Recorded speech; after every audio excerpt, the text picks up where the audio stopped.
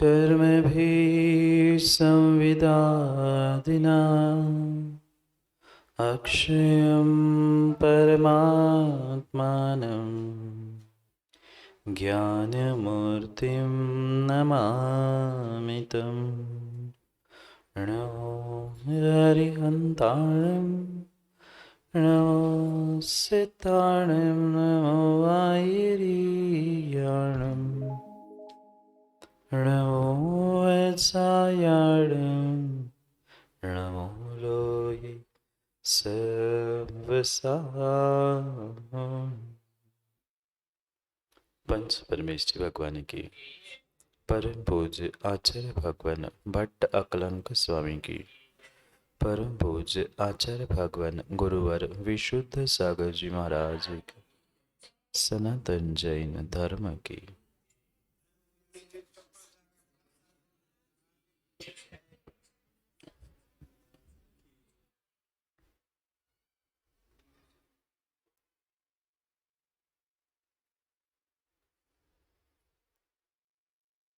देश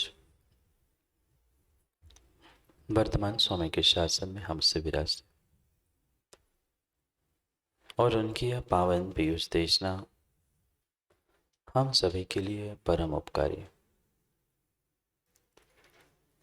अनादिकाल से हमारी आत्मा में जो जन्म जरा और मृत्यु रूपी रोग लगे, उन रोगों का उपशम करने वाली अगर कोई परम उपकारी औषधि है तो वह है जिनवाणी। और उस उपकारमयी औषधि, उपकारमयी देशना को समझने के लिए जो 4 अनुयोगों की व्यवस्था है, उन 4 अनुयोगों में महान अनुयोग द्रव्यानुयोग, और द्रव्यानुयोग के रहस्य को समझने के लिए हम सभी यहाँ पर स्वरूप संबोधन ग्रंथ का स्वाध्याय कर रहे। भव्यात्मा आचार्य प्रवर भट्टाकलंक स्वामी ग्रंथराज स्वरूप संबोधन में आत्मा के स्वरूप का उद्बोधन करते हुए परमात्मा बनने की विधि को समझाने का प्रयास कर रहे थे। क्योंकि आत्मा को समझे बिना परमात्मा बनना संभव नहीं है, और परमात्मा को समझे बिना आत्मा से परमात्मा बनना भी संभव नहीं। इसलिए जैन दर्शन का जो मूल प्राण है, मूल सिद्धांत है, जिसे अनेकांत के रूप में हमने समझा था, उस सातवाद अनेकांत की अपेक्षा से आचार्य भगवंत भट्ट अकलंक स्वामी उस आत्मा का स्वरूप क्या है, कैसा है, उसे समझाने का प्रयास कर। जिन जीवों ने उस सातवाद अनेकांत के सिद्धांत को नहीं जाना और जानने के बाद भी नहीं माना, वे कभी भी आगम के और तत्व के निर्णय तक पहुंचने वाले नहीं। पंडित जी, आज जितने भी जीव विसंवाद कर रहे हैं, कहीं ना कहीं उनमें सातवाद अनेकांत की कमी है। क्योंकि हमारे जैन धर्म का, जैन दर्शन का ये जो मूल प्राण रूपी सातवाद अनेकांत है, अगर उसको जीव समझ ले तो शायद संसार में, घर परिवार में भी कभी विकल्प ना। पर जीव तत्वों में भी उस अनेकांत सातवाद को ग्रहण नहीं कर पा रहा है, इसलिए तत्वों की जगह जगह पर खींचातानी दिखती। क्योंकि माँ हमारा अनेकांत यही सिखाता है कि अगर मैं सत्य हूँ तो आप भी सत्य है, अगर आप सत्य है तो ये भी सत्य हो सकता है। अंतर इतना है कि वर्तमान का जीव ये बताना चाहता है कि मैं ही सत्य हूँ, सामने वाला झूठ ही है। भले ही वह झूठ ही बोल रहा है, वह भी अपनी अपेक्षा से, आप अपनी अपेक्षा से सत्य हो सकते हो। और इसी कारण से ये अनेकांत और स्यादवाद को समझना परम परम आवश्यक है वर्तमान में। और उसी अनेकांत स्यादवाद को और उसी सिद्धांतों को लेते हुए आचार्य भगवंत भट्ट अकलंग स्वामी आत्मा के भिन्न भिन्न प्रकार के स्वरूप को समझाने का प्रयास कर। क्योंकि संसार में जितनी भी वस्तु, जितने भी द्रव्य है, वे सभी द्रव्य अनेकांतात्मक है। पहले तो अनेकांत का अर्थ शब्द से आज समझने की आवश्यकता है। अनेक अंत, अंत यानी सचिन भाई धर्म, सामान्य भाषा में धर्म कहते हैं, गुण भी कहा जा सकता है, गुण धर्म भी कहा जा सकता है। अनेक प्रकार के धर्म जिसमें है, ऐसे उस वस्तु को अनेकांतात्मक वस्तु कहा जाता है। और जितने भी द्रव्य है, चाहे पुद्गल, धर्म, अधर्म, आकाश, काल या जीव, सभी द्रव्य अनेकांतात्मक है। और मात्र द्रव्य नहीं, प्रत्येक वस्तु अनेकांतात्मक है। और उस अनेकांतात्मक वस्तु को उसी अनेकांत दृष्टि से देखने की आवश्यकता है और स्यादवाद से कहने की आवश्यकता है। एक घर में रहने वाला व्यक्ति अनेक अपेक्षाओं से अनेक हुआ करता है, पर वास्तविकता में देखा जाए तो जीव द्रव्य एक ही है। ऐसे ही उस आत्मा के भी स्वरूप को समझने की आवश्यकता है। कई दिनों से श्रीनंदन जी हम उस आत्मा को समझ रहे थे। पहले तो हमने समझा कि आत्मा चेतन अचेतन दोनों है। आत्मा कैसी है? अचेतन भी है, चेतन है, ये तो हमने अनादि से समझा ही है। पर आत्मा अचेतन भी है। क्यों है? पढ़ा था सचिन, पढ़ा है महाराज जी, वो ही रह गया।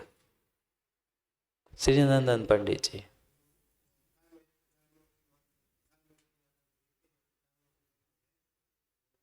बिल्कुल नहीं। बाहर की अपेक्षा और बाहर के गणित लगाने की आवश्यकता नहीं। हमने स्वरूप संबोधन में क्या पढ़ा? देख के कहना पड़ा। इसलिए बार बार कह रहा हूं, थोड़ा सा कॉपी पेन का प्रयोग कर लो, लिखोगे तो हमेशा के लिए याद रहेगा। द्रव्य में 8 गुण सामान्य रूप से हुआ करते हैं। अस्तित्व, वस्तुत्व, प्रमेयत्व, प्रदेशत्व, द्रव्यत्व आदि। इन गुणों की अपेक्षा से वह अचेतन भी है और ज्ञानोपयोग, दर्शनोपयोग की अपेक्षा से, चेतनत्व की अपेक्षा से चेतन भी। आप भूलना नहीं पंडित जी, कर्मों की बात तो है ही नहीं है। फिर हमने उसी को सामान्य विशेष की अपेक्षा से समझा, उपयोगमयी भी है, और पुनः आगे समझा विश्वव्यापी है भी और नहीं भी है, सर्वगत है भी और नहीं भी है। तो ये परस्पर विरुद्ध धर्म होने पर भी उसमें अपनी स्वरूप की अपेक्षा से वह आत्मा, वह जीव कैसा है, ये भी तो समझना आवश्यक। इसलिए शिष्य ने पूछा, गुरुजी आपने इतनी सारी बातें कह दी, इतनी सारी बातें कह दी, वह चेतन भी कह रहे, अचेतन भी कह रहे, जगत में पूरे व्याप्त है, 3 लोक में ऐसा भी कह रहे और पुनः कह रहे स्वधेय प्रमाण भी है। तो हम माने कैसे उसको? फिर एक ही आत्मा अनेक है कि अनेक आत्मा एक है, समझ नहीं आ रहा। शिष्य ने पूछा, गुरुजी आप तो सीधे सीधे शब्दों में बता दो कि आत्मा एक है कि अनेक है। शिष्य ने क्या पूछा? आपने इतनी सारी बातें कह दी, ठीक है, कुछ कुछ तो हम समझ चुके हैं, पर अगला मेरा प्रश्न है कि ये बता दो कि आत्मा एक है कि अनेक है? प्रश्न समझ में आया? शिष्य ने पूछा कि आत्मा एक है कि अनेक है? प्रश्न में ये नहीं पूछ रहा हूं मां साहब आत्माएं,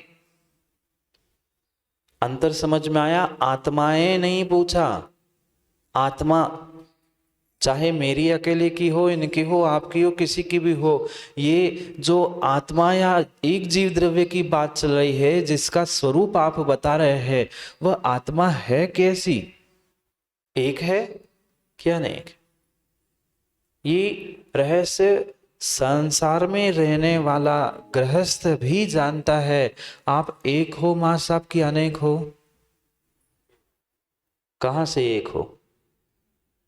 अभी वो आसे आता है तो आपको मौसा जी कहता है, घर में जाते हो तो आपको कोई पिताजी कहने वाला, कोई पति कहने वाला मिल जाता है, बैठे बैठे यहाँ आ जाते हो तो आप शिष्य भक्त बन जाते हो। 4 प्रकार के तो हो ही गए ना, फिर एक कैसे? और एक हो तो 4 प्रकार कैसे, 4 संबंध कैसे? बात आई समझ में? यही रहस्य आगम के परिप्रेक्ष्य में भी समझने की आवश्यकता है। जैसे वस्तु, व्यक्ति, अनेक संबंध, अनेक अपेक्षा बदलते बदलते अनेक प्रकार की होती है, पर वास्तविकता में आप कितने जीव हो?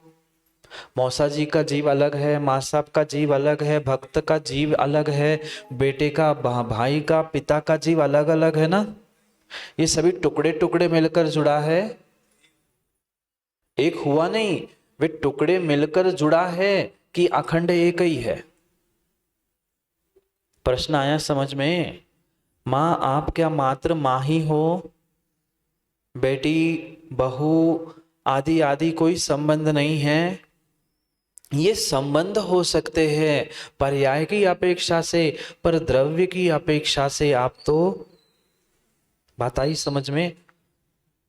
द्रव्यार्थिक नय और पर्यार्थिक नय, 2 नय हमने समझे थे। जो द्रव्य की मुख्यता से कथन करता है वो द्रव्यार्थिक नय है, और पर्याय की अपेक्षा से कथन करता है वो पर्यार्थिक नय।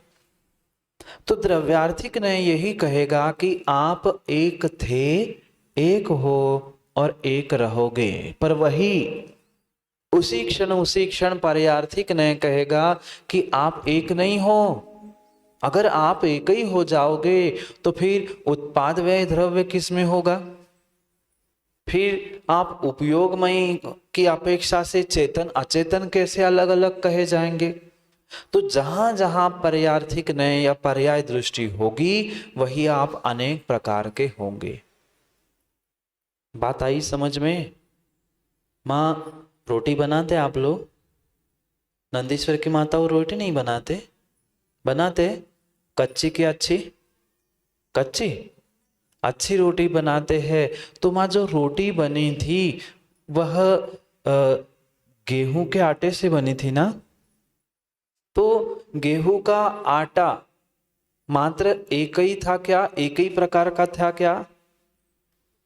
जब तक वह डिब्बे में था तो फिर भी एक प्रकार का कहा जा सकता था। वही लोई बनी, वही बिल गई, वही रोटी बनी, वही पराठा बना, वही पूड़ी बनी और वही लुचई भी बने।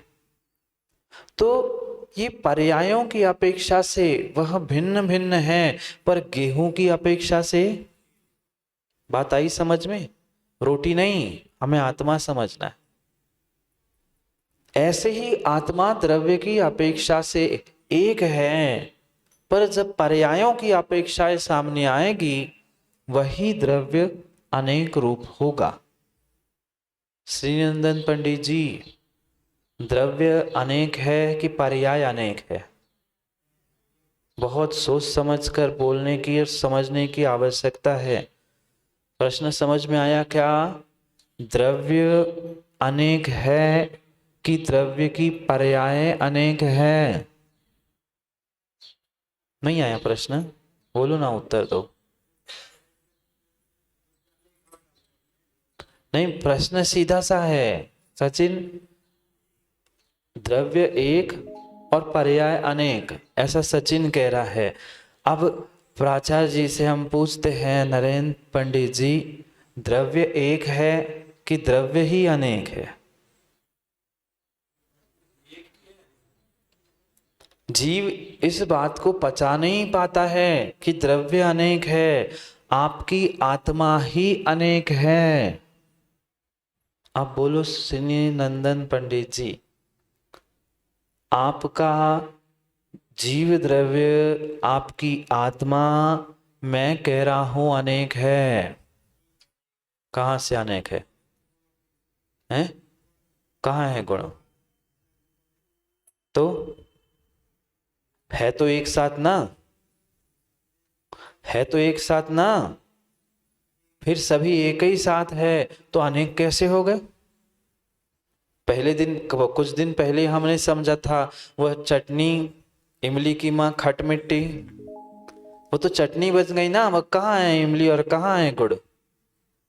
एक बन गए ना, अनेक कैसे हो गए?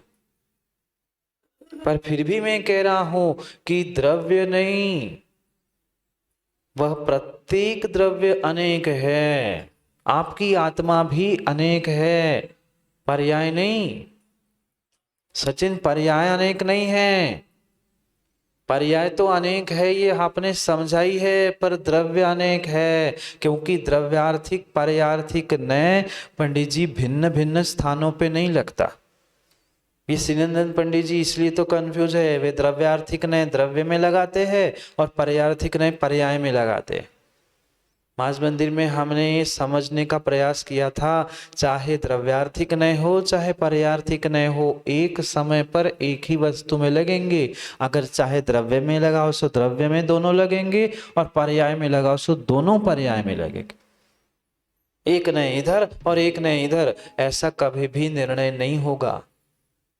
इसलिए मात्र पर्याय अनेक नहीं है, ये तो हमने पहले समझाई है कि द्रव्य एक है, उसकी अनेक पर्याय होती है, पर पर्याय होती कैसी है, कहाँ है? क्या श्री नंदन पंडित जी पर्याय द्रव्य से ऐसी कहीं भिन्न जगह रखी हुई है? नहीं है। भले ही गुण अन्वयी और पर्याय व्यतिरेकी है, पर व्यतिरेकी होने पर भी क्या द्रव्य से भिन्न है? क्रम क्रम से हो रही है, इसलिए उसे व्यतिरेकी कहा है। गुण साथ में रह रहे हैं, इसलिए उसे अन्वयी कहा है, पर फिर भी गुण और पर्याय किसी भी प्रकार से द्रव्य से भिन्न है ही नहीं।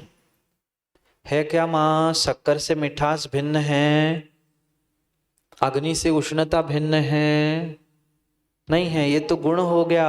अब पर्याय की बात करो, जीव से मनुष्य भिन्न है, मनुष्य पर्याय से जीव भिन्न है क्या? नहीं है। करके बता देना अलग अलग। मनुष्य का ढांचा रहेगा, मनुष्य नहीं बचेगा, शव बचेगा, मनुष्य नहीं बचेगा। क्योंकि कुंद कुंद स्वामी ने बहुत रहस्य बताया है, द्रव्य विजुद्धम पज्य विजुद्धम द्रव्यम द्रव्य विजुद्धा पच्या नथी दुर्णम मरण भूदम भावम समणा परोवेंती। जो महाश्रवण महावीर भगवान हैं, उन्होंने स्पष्ट रूप से कहा है कि द्रव्य के अभाव में पर्याय, पर्याय के अभाव में द्रव्य नहीं होता। उस दिन श्री नंदन जी पढ़ा था, याद है ना? शुद्ध द्रव्य अशुद्ध पर्याय। मास मंदिर में चर्चा चल रही थी, भैया जी कह रहे थे सोना, ये वही बात है। गुण परिवृत द्रव्यम द्रव्याश्रया निर्गुणा गुणा, ये सब पंडित जी सबने सूत्र रट के रखे हैं, पर कहां लगाना वो नहीं आता समझ में। समस्या यही है, मात्र उन पन्नों को पलट लेना, सूत्रों को याद कर लेना, ये कोई बहुत बड़ी बात नहीं है, पर उस विषय को समय पर जगह पर लगाना, यही तो वास्तव में अनेकांत और सद्वाद है। इसलिए सचिन द्रव्य अनेक है, क्यों? पर्यार्थिक नहीं की अपेक्षा से द्रव्य ही अनेक है, द्रव्यार्थिक नहीं की अपेक्षा से द्रव्य ही एक है। अब हजम हुई? द्रव्य एक है कि अनेक? ये भूल से नहीं कह देना कि पर्याय ही अनेक है। पर्याय द्रव्य को छोड़कर नहीं होने के कारण से द्रव्य भी अनेक है और पर्याय भी एक है। पंडित जी मैंने और कुछ कह दिया। द्रव्य भी अनेक है और पर्याय भी एक ही है, अनेक नहीं कह रहा हूं। आपको कुछ समझ में आया कि नहीं आया? पर्याय कह रहा हूं, द्रव्य नहीं। द्रव्य का तो हो गया निर्णय, एक भी अनेक भी। सचिन, पर्याय भी एक है। मैं तो कह रहा एक नहीं, एक ही है। नरेंद्र पंडित जी आप तो मेरी बात से सहमत हो सकते।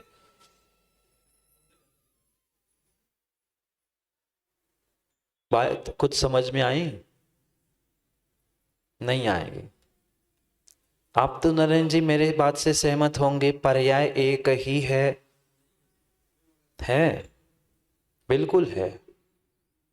मैं कह रहा हूं और सिद्ध भी कर दूं। हाँ हाँ, तो मैं वही कहना चाहता हूं। अनेकांत चल रहा है, अनेकांत चल रहा है। मैं पहले से कह रहा हूं अनेकांत से ही चर्चा चल रही है, एकांत से नहीं चल रही है। पर मैं कह रहा हूं, मैंने स्पष्ट ही कहा, मैं कह रहा हूं द्रव्य अनेक है और पर्याय एक है। जब मैंने ही ये कह दिया कि मैं कह रहा हूं तो ये नया हुआ। मेरी अपेक्षा वक्त अभिप्राय व नया, वक्ता का अभिप्राय नए है। और मैं जब नए से कह ही रहा हूं तो मैं ही भी लगा सकता हूं। मैंने कहा मेरा अभिप्राय है, मैं कह रहा हूं ऐसा ही है क्योंकि मैं कह रहा हूं। ये कथन अभिप्राय, अपेक्षा आदि को लेके चल रहा है, इसलिए अनेकांत है, एकांत नहीं है। अगर मैं ये कह दूं कि सभी प्रकार से, सभी अपेक्षाओं से सर्वथा ऐसा ही है तो गलत होगा। एक शब्द पढ़ा था 2 श्लोक पहले हमने, न सर्वथा। सर्वथा नहीं है, पर फिर भी कह रहा हूं श्री नंदन जी पर्याय एक है, एक ही है, हैं? वो तो ठीक है। पता समझ में आ रहा है क्या? अभी तो महाराज जी आपने कह दिया कि पर्याय अनेक है, आप पुनः पलट रहे हो पर्याय एक है। बिल्कुल एक है। क्यों नहीं? हमारे आशय में, हमारे अभिप्राय में तो है ही, पर वास्तविकता भी ऐसी है पंडित जी, क्योंकि मेरी अपेक्षा एक समय से है। अब और कुछ समझ में आया? एक समय में श्री नंदन पंडित जी कितनी पर्याय? बोलो ना जोर से। फिर पर्याय द्रव्य की एक ही हुई। मैं कह रहा हूं अनेक द्रव्य है और पर्याय एक ही है। गूढ़ रहस्य है अनेकांत के और जैन दर्शन के। जितना घुमा लो, जितना घुमा लो उतना मजा आता है। हो जाएंगी। है है जो चाहे हम अनेकांत से सिद्ध कर सकते हैं। अनेक द्रव्य है और उसकी, उनकी एक समय की पर्याय अनेक। जितने अनंत द्रव्य है ना, उन सभी द्रव्यों की अपनी अपनी एक समय की पर्याय तो एक ही है। अब समझ में आया? द्रव्य एक भी है, अनेक भी है, पर्याय एक भी है, अनेक भी है। जैसे समझने वाले की, कथन करने वाले की, बोलने वाले की, समझाने वाले की अपेक्षा होगी, वैसा वैसा समय समय पर वह द्रव्य, पर्याय, नए आदि की अपेक्षा से कथन बदलता जाएगा और वैसा वैसा ही उसे स्वीकार करना होगा। इतनी सारी बातें समझने के बाद ही तो फिर शिष्य को विकल्प हुआ, गुरुजी बस सीधी सी बताओ, एक है कि अनेक है? कभी एक कहते हो, कभी अनेक कहते हो, कभी अनेक कहते हो, पुनः 5 मिनट बाद उसी को एक कहते हो। एक तो निर्णय बताओ कि हम किस निर्णय पे पहुंचे। पल पल में आप द्रव्य को अनेक कहते हो, कभी द्रव्य को एक कहते हो, कभी पर्याय को अनेक समझा दिया, अब पर्याय को भी एक कह रहे हैं। हम कैसे माने आत्मा वास्तविकता है कैसी?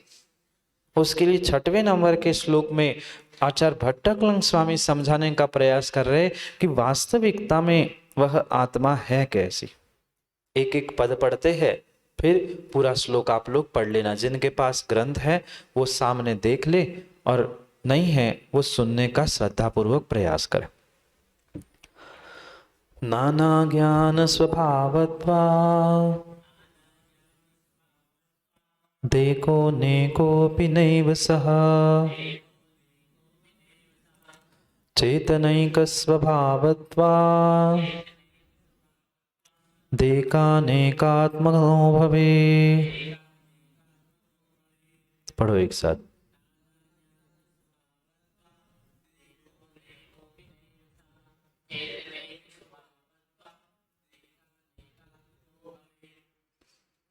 नाना ज्ञान स्वभावत्वा, आत्मा में कितने ज्ञान हैं? कौन से?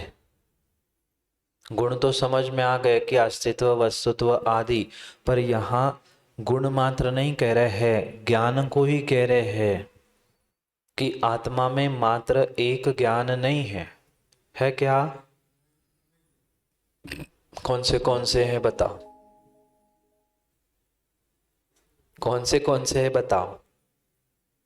ये तो यहाँ लिखा है और मैं कह रहा हूं इसलिए आपने कह दिया कि हाँ महाराज जी, आपने कहा सो अनेक है, नाना भी है, दादा भी है, ये भी कह दोगे। नाना नहीं, दादा ज्ञान भी है कह देंगे, पर बोध भी तो होना चाहिए। श्री नंदन पंडित जी, कौन सा अनेक प्रकार या नाना कह रहे, तो कौन से ज्ञान है? केवल ही ज्ञान है। बहुत बढ़िया। सचिन भाई है, नाना ज्ञान से क्या संबंध है आचार्य भगवंत का? एक आत्मा की बात चल रही है, क्योंकि हमने पढ़ा है तत्वार सूत्र में ज्ञान के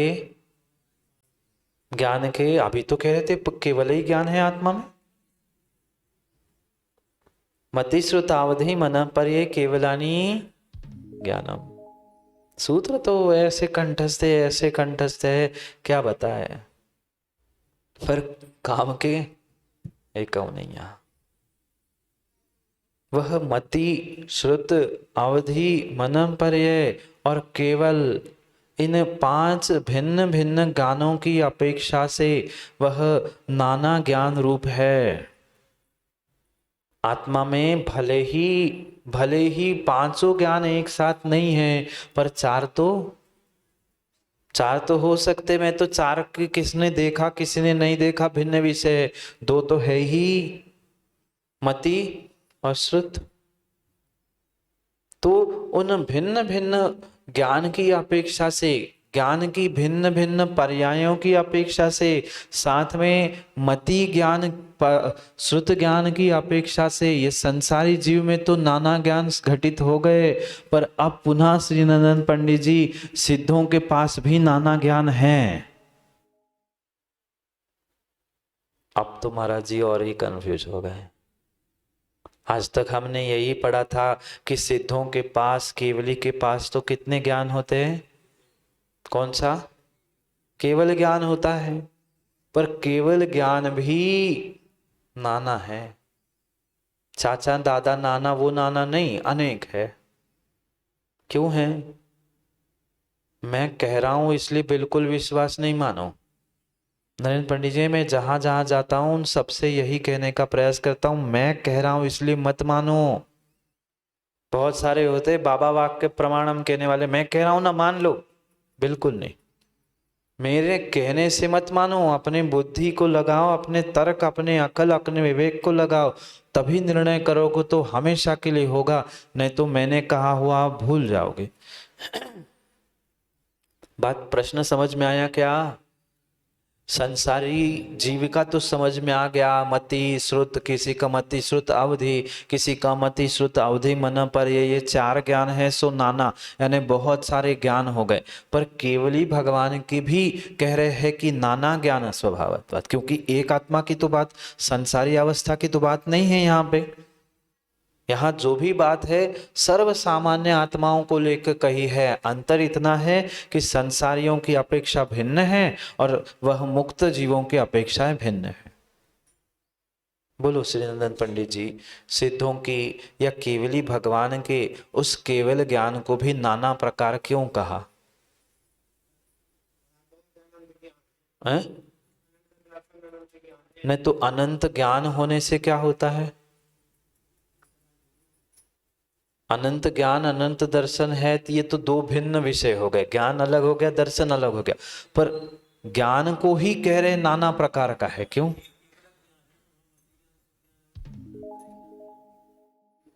हाँ होना चाहिए, फिर नाना ज्ञान क्यों कहा? केवल ज्ञान है, अभी अभी हमने समझा कि मति श्रुत है तो अनेक प्रकार का हो गया। फिर सिद्धों के पास भी केवल ज्ञान जैसा और भी कोई अल्टरनेटिव होना चाहिए ना, तभी तो नाना प्रकार हो जाएगा। हाँ केवल ज्ञान है,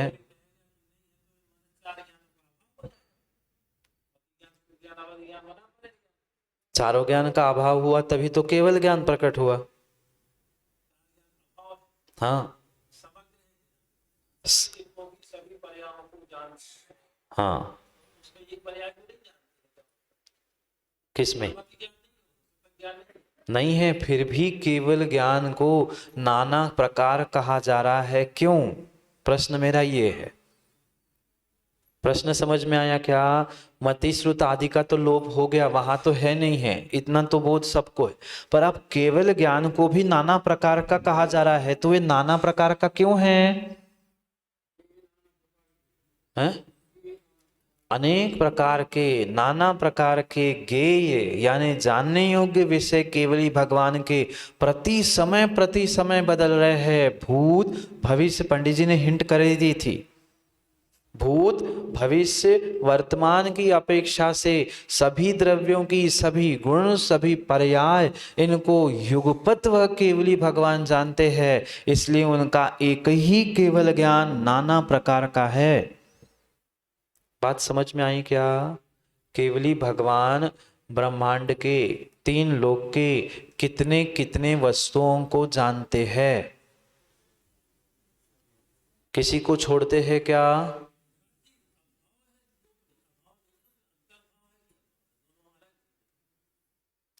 आप बताओ फिर मैं बता दूं। मति श्रुत, हाँ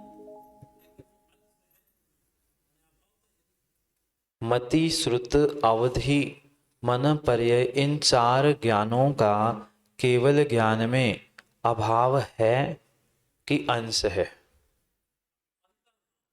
हाँ ठीक है, अंतर्भाव है कि अभाव है? प्रश्न समझ में आया? मैं कह रहा हूं अभाव है, क्यों? क्योंकि मति श्रुत अवधि मन पर्यय क्या मात्र पंडित जी ज्ञान ही है कि ज्ञान की पर्याय है? जब ज्ञान की पर्याय है तो एक समय में जीव में या किसी भी द्रव्य में कितनी पर्याय हो सकती है? एक समय में, एक समय में एक ही पर्याय होगी। फिर जब केवल ज्ञान है तो मति श्रुत अवधि आदि पर्यायों का उनमें अंतर्भाव कैसे है? पर्याय तो खत्म हो गई, फिर पर्याय जब खत्म हो गई तो ज्ञान का कैसे अंश और कैसा अंतर्भाव उसमें शामिल होगा? हम्म ठीक। हाँ तो मति श्रुत गुण है कि मति श्रुत पर्याय है? हाँ तो ज्ञान के भेद है तो है, ठीक है। भेद साक्षात साक्षात स्याद्वाद रूप है, स्वीकार है। बराबर होना और अंतर्भूत होना, इसमें बहुत अंतर है।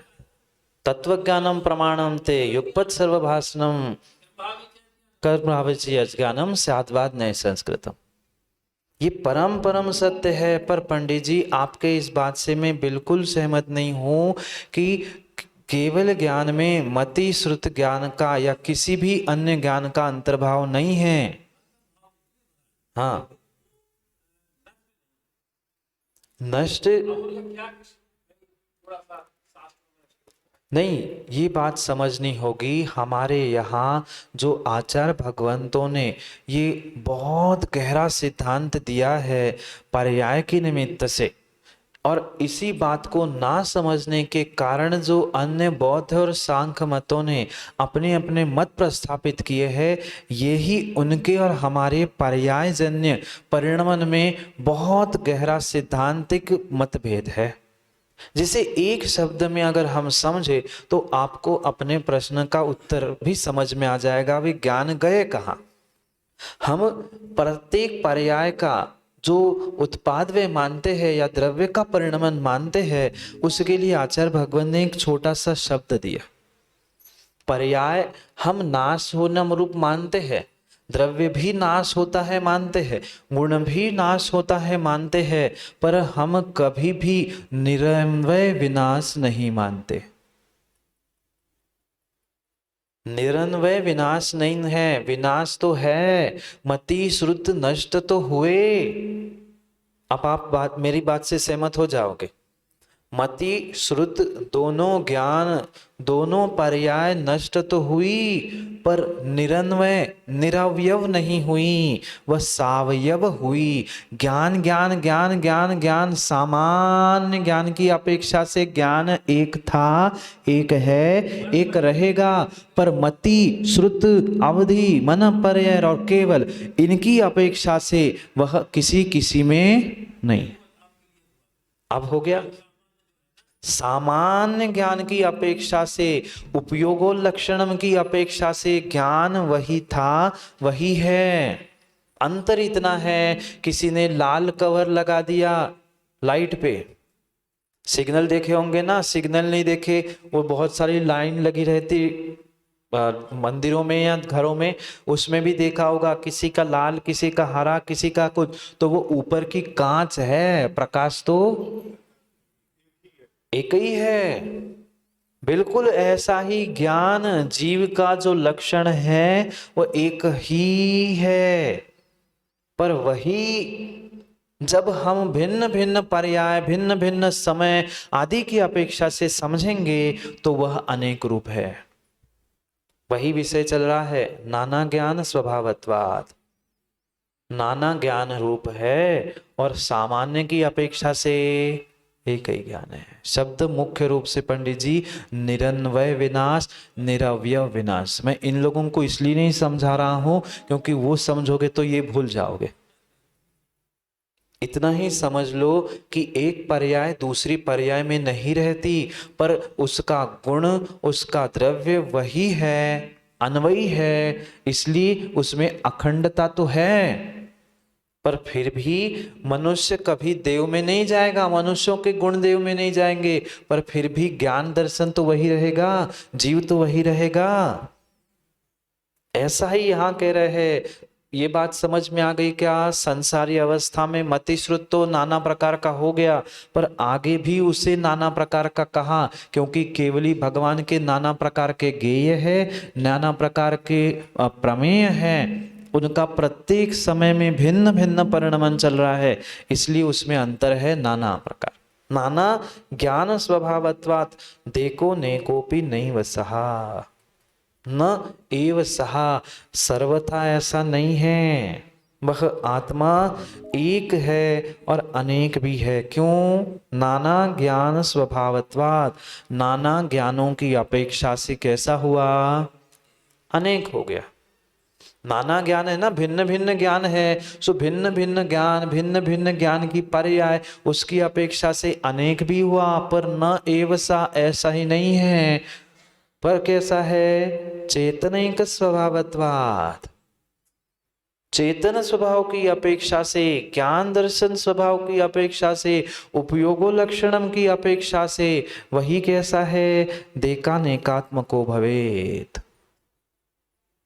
बात समझ में आई क्या मां साहब? आप एक हो कि अनेक? जब अनेक संबंधी आपके सामने आ जाएंगे ना तो आप अनेक हो जाओगे। पर वही जब आप अपने स्वभाव को देखोगे, अपने आप को समझोगे, तो आप कितने हो? एक हो। समझ में आया है? बराबर की नक्की? वे थोड़े से वहां पास के है ना, सो पूछता हूं उनको कि बराबर की नक्की? समझना, समझ में आया? मेडिकल, अनु मेडिकल। हाँ, इसलिए तो असर तो रहता ही है थोड़ा सा।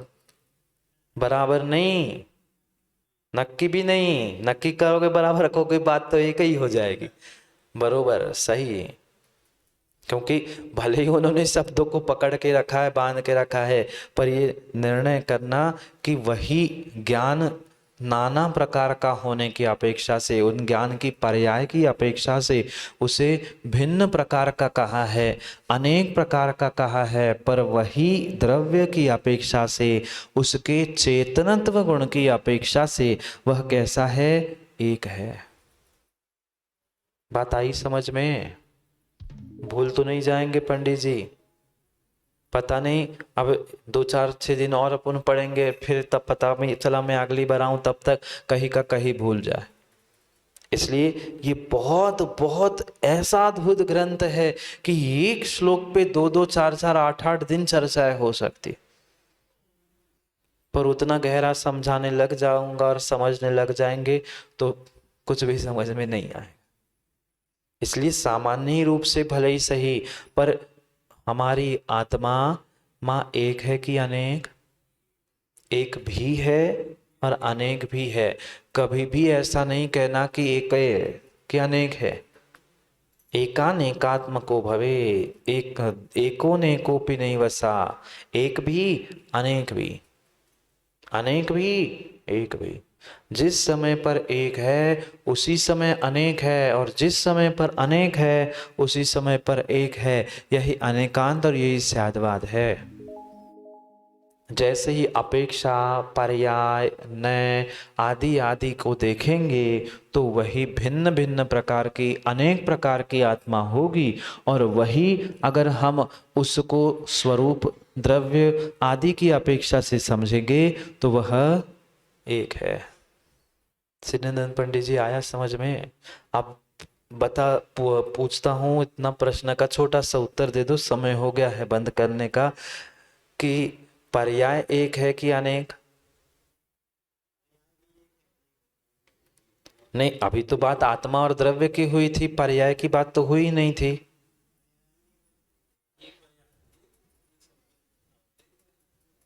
बोलो ना महाराज जी, चाहे द्रव्य हो, चाहे पर्याय हो, चाहे गुण हो, वह एकानेक है।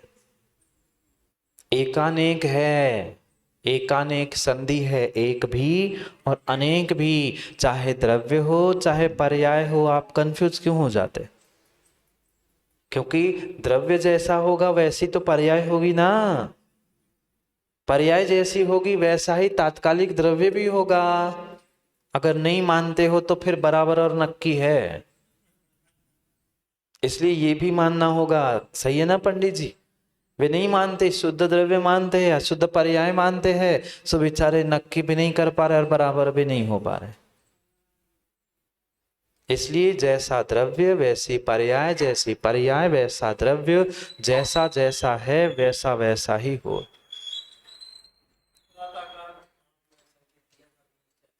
हाँ, अभी करते इसका निष्ठापन कर। समझ में आया? एक और अनेक भी, अनेक और एक। ठीक है, आज के लिए इतना ही।